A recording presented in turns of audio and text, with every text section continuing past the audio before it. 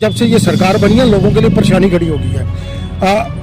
लोगों के लिए परेशानी इस तरह से खड़ी हो गई है कि लोग आज परेशान है कि अपनी सरकार आई, लोगों को एक बड़ी उम्मीद थी, लोगों ने भर जोली नेशनल कॉन्फ्रेंस को यहाँ पर वोट दिए। चलिए गुप्ता जी, आपसे एक आखिरी सवाल समझने की कोशिश करेंगे। जम्मू कश्मीर के लोगों ने, या फिर खास करके कश्मीर की बात करें तो कश्मीर के लोगों ने बीजेपी को क्यों नकारा वहाँ से? नहीं, ऐसा नहीं है, लोगों की मर्जी है। देखो डेमोक्रेसी के अंदर अब हम ये नहीं कहेंगे कि कांग्रेस की तरह कि हमारे वोट चोरी हो गए या यहाँ ये हुआ या हुआ। जो यहाँ पर डीडीसी, वीडीसी और डीडीसी चेयरमैन बनाए वो भारतीय जनता पार्टी ने बनाए। यहाँ पर डीडीसी चेयरपर्सन बदला क्या? फिर बदला दौर तो वही है ना। मैं आपको बताता हूँ क्या बदला।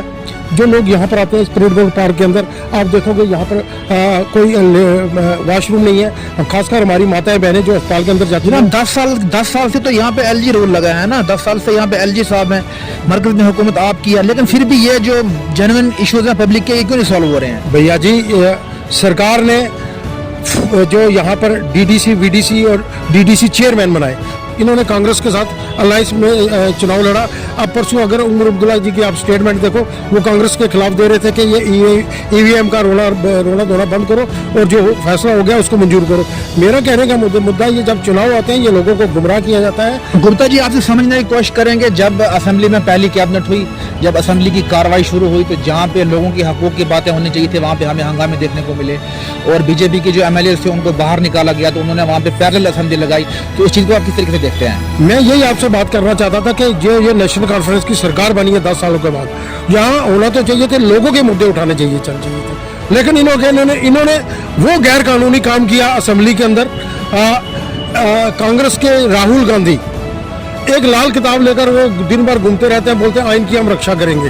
ये काम किया कि जो इनके एमपी हैं राहुल साहब, उन्होंने पार्लियामेंट के अंदर और भी इनके लोगों ने एक कमेटी बना दी कि ये पहाड़ी जो रिजर्वेशन है इसको खत्म किया जाना चाहिए। इसके लिए एक कमेटी बना दी। मैं समझता हूँ सरकार को ऐसा काम नहीं करना चाहिए था। जो ये कमेटी बनाई गई है, कमेटी तश्कील दी गई है इसके लिए, इस एसटी रिजर्वेशन कैटेगरी के लिए, तो इस हवाले से क्या कहेंगे आप? वही मैं कह रहा हूँ कि अगर यहाँ पर जो पुंछ दूर दराज इलाका है, अगर हमारे एसटी के भाइयों को रिजर्वेशन मिली थी, आज पहाड़ियों को भी रिजर्वेशन मिली। हमारे जो पहाड़ी कबीले के लोग थे वो बड़े गरीब और दूर दराज रहने वाले लोग थे। कि आप लोग अगर हमें ये वीडियो हमारी कहीं यूट्यूब चैनल पर देख रहे हो वॉइस ऑफ पब्लिक के नाम पर, तो सब्सक्राइब और लाइक जरूर करें, और कहीं ना कहीं पे अगर आप फेसबुक पे हमें देख रहे हैं तो इस पेज को फॉलो जरूर। आदाब नाजरीन, आप देख रहे हैं वॉइस ऑफ पब्लिक, मैं हूं आपके साथ इफ्तिकार सोफी। नाज़रीन मोहतरम, इस वक्त हमारे साथ मौजूद हैं बातचीत करने के लिए भारतीय जनता पार्टी के स्पोक्स पर्सन सुनील गुप्ता जी। कुछ अहम सवालात हैं और कुछ अहम चीज़ों को लेकर इनसे बातचीत होगी। भारतीय जनता पार्टी इस वक्त union territory of Jammu Kashmir के अंदर एक अपोजिशन का रोल अदा कर रही है, और आपको बता दें कि 2014 के बाद 2024 में 10 साल के बाद चुनाव हुए और बीजेपी ने 29 सीटें ली। इसी सब पे कुछ अहम और भी बातें इनके साथ हम आज ज़रूर करेंगे। गुप्ता जी, आपका खैर मकदम है। धन्यवाद। गुप्ता जी, आपसे जानने की कोशिश करेंगे, 10 साल के बाद चुनाव हुए हैं, बीजेपी अपोजिशन में है, और किस तरीके से देखते हैं? मैं समझता हूँ कि ये जो चुनाव हुए जम्मू कश्मीर के अंदर 10 साल के बाद, लोगों को एक बड़ी उम्मीद थी कि यहाँ की जो सरकार बनेगी वो लोगों के काम करेगी, क्योंकि यहाँ पर लोगों को गुमराह किया गया था कि यहाँ लोगों के काम नहीं होते, लोगों को घरों से बाहर नहीं निकलने जाता, लोगों के जीना हराम किया जा रहा है। लेकिन मैं समझता हूँ कि जितने भी झूठे वादे किए गए थे, अभी ढाई महीने के अंदर एक भी वादा पूरा नहीं हुआ। क्योंकि भारतीय जनता पार्टी की जब केंद्र के अंदर सरकार थी तो उसने कहा था सबका साथ सबका विकास, और उन्होंने कहा था कि हम सबको बराबरी का हक देंगे, सबको साथ लेकर चलेंगे। उन्होंने पहाड़ियों को उनका हक दिया जो आज तक किसी भी सरकार ने नहीं दिया। इतनी एजिटेशन हुई, लेकिन इस सरकार ने बनते ही सबसे पहले जो ये काम किया कि जो इनके एमपी हैं राहुल साहब, उन्होंने पार्लियामेंट के अंदर और भी इनके लोगों ने एक कमेटी बना दी कि ये पहाड़ी जो रिजर्वेशन है इसको खत्म किया जाना चाहिए। इसके लिए एक कमेटी बना दी। मैं समझता हूँ सरकार को ऐसा काम नहीं करना चाहिए था। जो ये कमेटी बनाई गई है, कमेटी तश्कील दी गई है इसके लिए, इस एसटी रिजर्वेशन कैटेगरी के लिए, तो इस हवाले से क्या कहेंगे आप? वही मैं कह रहा हूँ कि अगर यहाँ पर जो पुंछ दूर दराज इलाका है, अगर हमारे एसटी के भाइयों को रिजर्वेशन मिली थी, आज पहाड़ियों को भी रिजर्वेशन मिली। हमारे जो पहाड़ी कबीले के लोग थे वो बड़े गरीब और दूर दराज रहने वाले लोग थे, वो पढ़ाई में तेज थे, लेकिन उनके पास अपना इतना पैसा ना होने की वजह से लोग पीछे रह गए। आज उनको रिजर्वेशन मिली है, तो आपने देखा होगा कि 400 पोस्टें पुलिस के अंदर अगर कांस्टेबल की आती हैं, रिजर्व आती हैं, तो 4 एसटी के लिए आती है, 400 पहाड़ी के लिए भी आती है। इसलिए जो पहला काम इस सरकार ने किया, लोगों के मन में एक ठेस ठेस पहुंचाई और लोगों को कहा कि हम ये रिजर्वेशन वापस लेंगे। इसके लिए इन्होंने कमेटी बनाई। दूसरा काम जो सरकार ने कहा था कि हम 200 यूनिट बिजली फ्री देंगे, 12 गैस सिलेंडर देंगे, 10 किलो राशन देंगे, लेकिन आज इतनी बुरी हालत है कि यहाँ लाइट का नामो निशान नहीं है।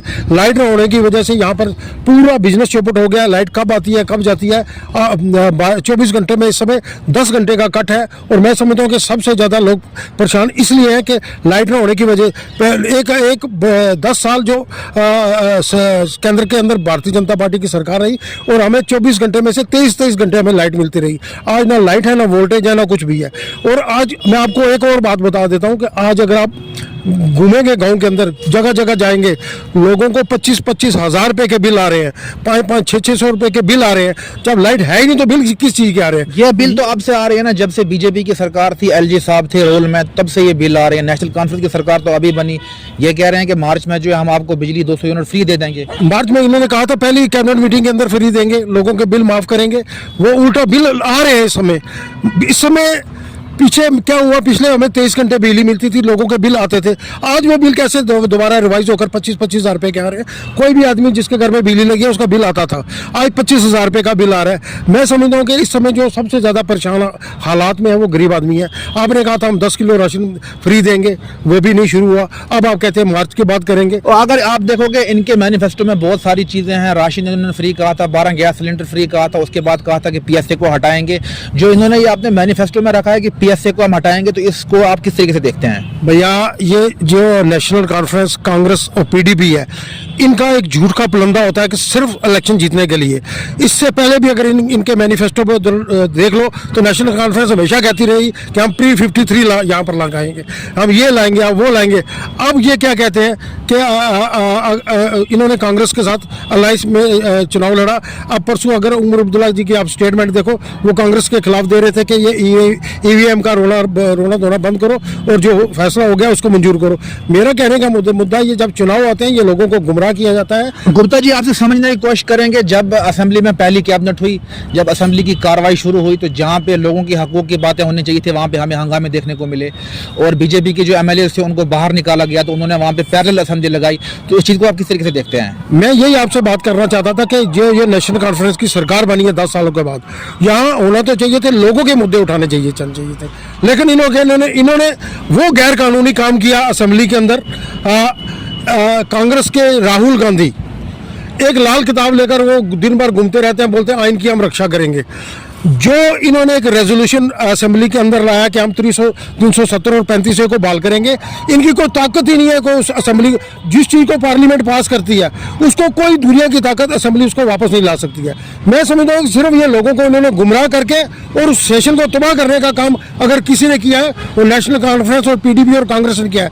उधर से कांग्रेस ये कहती है कि हाउस के अंदर कि हम इनको सपोर्ट करते हैं, बाहर कहती है कि हमने इस बिल पर वोट ही नहीं किया है। अब सारी दुनिया सोशल मीडिया और मीडिया का इस्तेमाल करते हैं। मैं समझता हूँ जितना झूठ कांग्रेस बोलती है इस हिंदुस्तान के अंदर, आज तक आपको कोई पार्टी नहीं मिलेगी। सबसे ज़्यादा अगर कोई झूठी पार्टी है इस हिंदुस्तान के अंदर वो कांग्रेस है। उसके साथ नेशनल कॉन्फ्रेंस भी वैसी ही हो गई है, झूठ बोलने में माहिर हो गई है, लोगों को गुमराह करते हैं। और मैं समझता हूँ कि लोग आज टीवी, सोशल मीडिया देखते हैं, लोगों को कुछ नहीं चाहिए, लोगों को 2-3 चीज़ें चाहिए जम्मू कश्मीर के अंदर, एक अमन और चैन और शांति। लोग आज बड़े आराम से अपने घरों के अंदर रहते हैं। दूसरी बात, मेरी बात खत्म होने दे। दूसरी बात, यहाँ पर इतनी बड़ी मिलिटेंसी रही, हम सब लोग उसके भुक्तभोगी हैं। कोई भी आदमी नहीं चाहता कि मिलिटेंसी यहाँ पर दोबारा आए। तीसरी चीज़, लोगों को ये चाहिए कि यहाँ पर डेवलपमेंट और तरक्की होनी चाहिए। पिछले 70 साल के अंदर मैं ये कहता हूँ कि अगर कोई पिछड़ा हुआ जिला था वो हमारा पुंछ जिला है, जिसके अंदर अभी डेवलपमेंट का दौर शुरू है। वो डेवलपमेंट का दौर आगे बढ़ना चाहिए, ना कि रुकने चाहिए। इसलिए आप बता दें थोड़ा सा, पुंछ में क्या डेवलपमेंट देखने को मिली? पुंछ में देखिए, जो पुंछ के अंदर अगर आप देखेंगे कि सबसे पहले तो मैं मुबारकबाद देना चाहता हूँ अपने प्रधानमंत्री जी को। उन्होंने जो KV के जो स्कूल था जो काफ़ी देर से आ रहा था, जा रहा था, अब दोबारा अप्रूव हो गया, गुलपुर के अंदर वो बन जाएगा। अस्पताल के अंदर ट्रामा केयर सेंटर अस्पताल बनने जा रहा है, जहाँ हर फैसिलिटी हमें मिलेगी। जम्मू से पूंछ हम 3 घंटे में पहुंचेंगे। पीर गली का अगर टनल बनेगा, टनल अप्रूव हो जाएगा, जिसका काम भी DPR बन चुकी है, उसका काम शुरू होगा। अब हमारी रोड 12 महीने चलेगी। 12 महीने रोड चलने का मतलब ये होगा, जब टूरिस्ट वहाँ पर आएगा, टूरिस्ट यहाँ पर आया, टूरिस्ट डेस्टिनेशन यहाँ पर डेवलप होगा और हर फैसिलिटी हमें यहाँ पर मिलेगी। इससे पहले 70 साल के अंदर आप देखें कि आज रोड गाँव के अंदर पहुँच चुकी है। आज जगह जगह डेवलपमेंट के दौर जो प्रोजेक्ट हैं वो शुरू हो चुके हैं। हमारा ये मानना है कि और प्रोजेक्ट यहाँ पर आना चाहिए। जो पुंछ हमारा जिला है वो आज भी सबसे पिछड़ा हुआ जिला है। मैं ये कहने में गुरेज नहीं करूँगा, लेकिन पुंछ के अंदर डेवलपमेंट और तरक्की का दौर आना चाहिए। जैसे हमारी मिनी सेक्रेटरीट है, ये कंप्लीट होनी चाहिए, मेंढर के अंदर कंप्लीट होनी चाहिए, और जो चीज़ें हैं हमारे पास, वुमेन डिग्री कॉलेज आना चाहिए। ये चीज़ें आनी चाहिए। सरकार बनने का तभी लोगों को फायदा होगा जब ये चीज़ें लोगों के पास आएंगी, तभी लोग सरकार को याद रखेंगे। अगर नहीं, अगर आप पुंछ टाउन की बात करें, इस समय इतनी वर्स्ट कंडीशन है, यहाँ पर कोई पार्किंग की व्यवस्था नहीं है। जो लोग यहाँ पर आते हैं स्पिरिट गोल्ड पार्क के अंदर, आप देखोगे यहाँ पर कोई वॉशरूम नहीं है। खासकर हमारी माताएं बहनें जो अस्पताल के अंदर जाती हैं। 10 साल से तो यहाँ पे LG रूल लगा है ना, 10 साल से यहाँ पे LG साहब हैं, मरकज में हुकूमत आपकी है, लेकिन फिर भी ये जो जेन्युइन इश्यूज हैं पब्लिक के, ये क्यों नहीं सॉल्व हो रहे हैं? भैया जी, सरकार ने जो यहाँ पर DDC, VDC और DDC चेयरमैन बनाए, वो भारतीय जनता पार्टी ने बनाए। यहाँ पर DDC चेयरपर्सन बदला क्या? फिर बदला दौर तो वही है ना। मैं आपको बताता हूँ क्या बदला। पुंछ रजौरी के अंदर बीजेपी की म्युनिसिपलिटी थी। अगर आप चलो मेरे साथ रजौरी के अंदर, आप डेवलपमेंट और तरक्की का दौर देखो। यहाँ पर बीजेपी की म्युनिसिपलिटी नहीं थी, इन्होंने एक भी चीज़ नहीं लाई, एक भी गली में काम नहीं लाया। अब DDC, VDC जितने हैं, ये डिस्ट्रिक्ट का प्लान यही बनाते हैं। कोई सेंटर तो बनाता नहीं, जो बनाकर देते हैं वो अप्रूव करते हैं। अगर ये कुछ मांगेंगे नहीं तो देगा कौन? लाना तो इन्होंने है ना, मैंने तो नहीं लाना, या आप नहीं ला सकते, हम अपनी आवाज़ उठा सकते हैं। अगर भारतीय जनता पार्टी की यहाँ पर DDC, VDC होते या यहाँ पर पुंछ म्युनिसिपलिटी होती तो आप मुझसे सवाल करते, फिर मैं आपको बताता कि हम क्या कर सकते हैं। करना तो इन्होंने है भैया, हमने नहीं करना था ना। अगर आप इनकी पिछले 10 साल के अंदर इनकी एक भी प्रेस कॉन्फ्रेंस उठाकर मुझे बता दें कि इन्होंने ये कहा हो कि हमने ये प्रोजेक्ट बनाया और सेंटर ने पैसा देने से इनकार किया हो, फिर हम जिम्मेवार हैं। जब इन्होंने कोई प्रोजेक्ट ही नहीं बनाया, इनकी बैठक नहीं होती, इनकी मीटिंग नहीं होती, तो ये हमारे लिए क्या डेवलपमेंट करेंगे? इसलिए आज जो सरकार बनी है, इस सरकार का पहला काम बनता है यहाँ पर डेवलपमेंट और तरक्की के प्रोजेक्ट लाए। प्रोजेक्ट तो ये ला सकते हैं ना, प्रोजेक्ट बनाए। एक MLA का काम होता है, DDC, VDC का काम होता है प्रोजेक्ट बनाकर भेजना और यहाँ पर चीज़ें आए। मैं समझता हूँ कि ये अब इनका काम है। ये अगर केंद्र की सरकार या और कोई सरकार इनके काम में रोड़े अटकाएगी तो ये फिर प्रेस कॉन्फ्रेंस करें, ये लोगों के बीच में जाए हमारा ये प्रोजेक्ट था, इसको अप्रूव नहीं किया गया। नितिन गडकरी एक ऐसे मंत्री हैं जो कहते हैं प्रोजेक्ट लाओ और जितना मर्जी पैसा मेरे से ले जाओ। फिर प्रोजेक्ट जाएगा तो पैसा आएगा ना। वो पुराना ज़माना चला गया कि हमारे प्रोजेक्ट के बिना ही पैसा आएगा, वो खाया जाएगा, ऐसी बात नहीं है। मैं ये कहना चाहता हूँ कि यहाँ पर भी डेवलपमेंट और तरक्की होगी, तभी सरकार का फायदा है। लेकिन जब से ये सरकार बनी है, लोगों के लिए परेशानी खड़ी हो गई है। लोगों के लिए परेशानी इस तरह से खड़ी हो गई है कि लोग आज परेशान है कि अपनी सरकार आई, लोगों को एक बड़ी उम्मीद थी, लोगों ने भर जोली नेशनल कॉन्फ्रेंस को यहाँ पर वोट दिए। चलिए गुप्ता जी, आपसे एक आखिरी सवाल समझने की कोशिश करेंगे। जम्मू कश्मीर के लोगों ने, या फिर खास करके कश्मीर की बात करें तो कश्मीर के लोगों ने बीजेपी को क्यों नकारा वहाँ से? नहीं, ऐसा नहीं है, लोगों की मर्जी है। देखो डेमोक्रेसी के अंदर अब हम ये नहीं कहेंगे कि कांग्रेस की तरह कि हमारे वोट चोरी हो गए या यहाँ ये हुआ या हुआ। इलेक्शन हुआ, इलेक्शन के अंदर सभी ने पार्टिसिपेट किया, लोगों ने हमें वोट दिया। अगर हम नहीं जीत सके तो हम लोगों का जो मान सम्मान है पूरा करते हैं। हमें पूरी उम्मीद थी कि हम रजौरी पुंछ के अंदर जहां हमने पहाड़ी लोगों को इतना बड़ा हक दिया, लोगों ने मुझसे वायदा किया, लोगों ने हमें वोट नहीं दिया, फिर भी हमने लोगों को उनको एक्सेप्ट किया। आज जो भी सरकार बनी है उस सरकार को चाहिए लोगों के काम करने चाहिए। हम 29 सीटों पर जीते हैं, लोगों ने हमें सबसे ज़्यादा बहुमत दिया, सबसे ज़्यादा प्रतिशत हमें वोट भारतीय जनता पार्टी को दिया। इसलिए भारतीय जनता पार्टी पूरा एक पॉजिटिव रोल जो अपना प्ले करेगी अपोजिशन होने के नाते, ताकि यहाँ पर डेवलपमेंट हो। लेकिन अगर यहाँ पर हालात ख़राब किए जाएंगे, अगर यहाँ पर लोगों का सुख चैन छीना जाएगा, अगर लोगों को यहाँ पर परेशानी होगी तो भारतीय जनता पार्टी कभी भी बर्दाश्त नहीं करेगी। क्यों? हम ये चाहते हैं कि हमने एक बहुत बड़ा बुरा वक्त देखा है मिलिटेंसी के दौर के अंदर। लोगों को कोई अमन चैन नहीं था, लोग अपने घरों में नहीं रहते थे, रात को लोग शहर के अंदर आ जाते थे।